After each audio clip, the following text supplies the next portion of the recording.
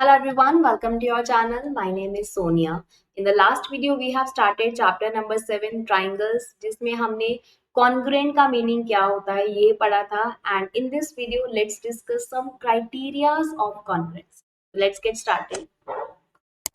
What are the criterias of congruence? तो अगर हमें ये प्रूव करना है कि दो शेप्स दो ट्राइंगल्स कॉन्ग्रेंट हैं तो क्या क्राइटेरिया है क्या रूल है so let's discuss number one is SAS criteria SAS होता है साइड एंगल साइड तो बुक में इसको एक्सियम 7.1 लिखा गया है next is ASA criteria of congruency ASA is angle side angle it's a theorem 7.1 then AAS criteria angle side criteria इसी का ही एक पार्ट है then SSS it's a side criteria it's a theorem 7.4 in book then RHS criteria of congruency is a right angle hypotenuse and side criteria and book में ये theorem 7.1 है so let's discuss all the criteria one by one. First one is SAS congruence rule exam 7.1 तो दो triangles के अंदर SS congruency कब exist लगेगी करेगी two triangles are congruent if two angles and the included side of one triangles are equal to two angles and the included side of other triangle अब इस statement में क्या लिखा हुआ है गाइस इसमें लिखा हुआ है कि अगर हमारे पास दो ट्राइंगल्स हैं वो कब कॉन्ग्रुएंट होंगी एसएस कॉन्ग्रुएंसी के बेस पे if there one two sides देखिए यहाँ पे दो ट्राइंगल्स हैं इसकी एक BC साइड किसके इक्वल है YZ के इक्वल है AC साइड किसके इक्वल है XZ के इक्वल ओके तो जिसकी दो sides and the included angle included का मतलब ये बहुत ही इंपॉर्टेंट है इंक्लूडेड का मतलब है कि उन दो साइड्स के बीच में जो एंगल इंक्लूड कर रहा है जो एग्जिस्ट कर रहा है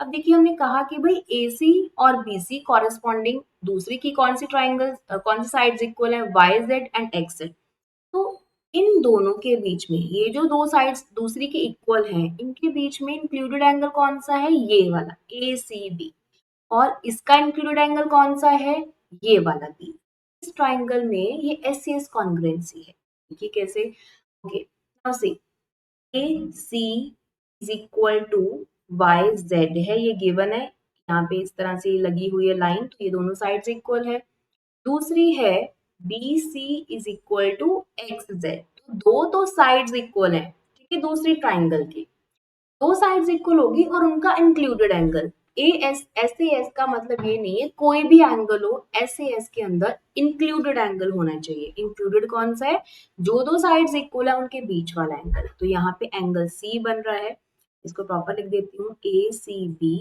इज इक्वल टू YZX ठीक है तो यहाँ पे एक साइड दूसरी साइड और एक इंक्लूडेड एंगल इसीलिए इसको बोलते हैं SAS criteria okay so this is the SAS congruency rule 7.1 next is ASA congruence rule so this is a theorem 7.1 two triangles are congruent if two angles and the included side of one triangle are equal to two angles and the included side of other triangle SAS में हमने पढ़ा कि दो sides और उनका included angle equal होना चाहिए अब ASA में क्या है दो एंगल्स और उनका इंक्लूडिंग साइड इक्वल होनी चाहिए ठीक है तो ये जो इंक्लूडिंग है guys this is very important कोई भी साइड या कोई भी एंगल नहीं अगर बीच वाला है वो तो इंक्लूडेड है ठीक है तो ASA में देखिए यहाँ पे दो ट्राइंगल्स हैं इसमें दो एंगल्स कौन से इक्वल हैं ये एंगल इक्वल है यहाँ पे हम कलर चेंज करें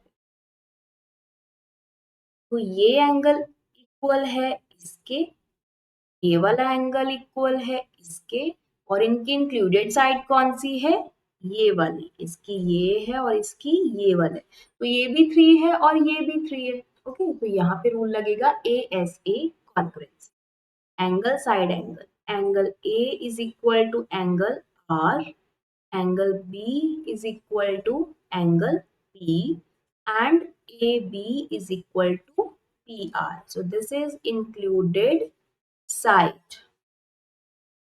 दो ट्राइंगल्स के अंदर ए एस ए कॉन्ग्रुएंसी कब लगेगी? दो एंगल्स एंड इंक्लूडेड साइड जब इक्वल हो, so we can say these two triangles are A S congruent. Okay, एक चीज मैं आपको बताना भूल गई, कॉन्ग्रुएंट को हम कैसे रिप्रेजेंट करते हैं। मान लीजिए मेरे पास यहाँ पे ट्राइंगल है ए बी सी और दूसरी ट्राइंगल मुझे लिखनी है पी क्यू आर। अब मुझे लिखना है कि भाई ये दोनों ट्राइंगल्स कॉन्ग्रुएंट है, तो कैसे लिखेंगे? इक्वल्स टू का साइन लगा के इसके ऊपर टिल्ट का sign, this means they are congruent. Okay, yes, next is AAS congruence rule. AAS क्या है? It's angle side. पिछले में हमने ASA किया था, दो angle and included side, but ये AAS के अंदर क्या है? Two triangles are congruent if any two pair of angles, कोई भी दो pair of angles and one pair of corresponding sides are equal, that is called AAS। देखिए SAS हमने पढ़ लिया, क्या था? दो साइड्स और इंक्लूडेड एंगल। ASA पढ़ लिया, दो angles included side, but AAS क्या है? कोई भी दो एंगल्स और उनका नॉन इंक्लूडिंग साइड। दो एंगल्स और यहाँ पे ये जो S की बात हो रही है, ये कौन सी है? Non including. देखिए यहाँ पे दो ट्राइंगल्स बनी हुई हैं, ए वाली इक्वल है एंगल, एंगल यहाँ पे मैं लिख देती हूँ, angle A is equal to P है और angle B is equal to angle Q है, ये गिवन है। ये वाली जो साइड है ए सी, ये नॉन इंक्लूडेड है और ये किसके इक्वल है? P R K. A C is equal to P R, तो यहाँ पे कौन सा रूल है? This is A S. Any of two angles और उनकी नॉन इंक्लूडेड साइड अगर इक्वल है तो वहां पे कॉन्ग्रुएंसी होती है एएस कॉन्ग्रुएंसी, राइट? तो नेक्स्ट इज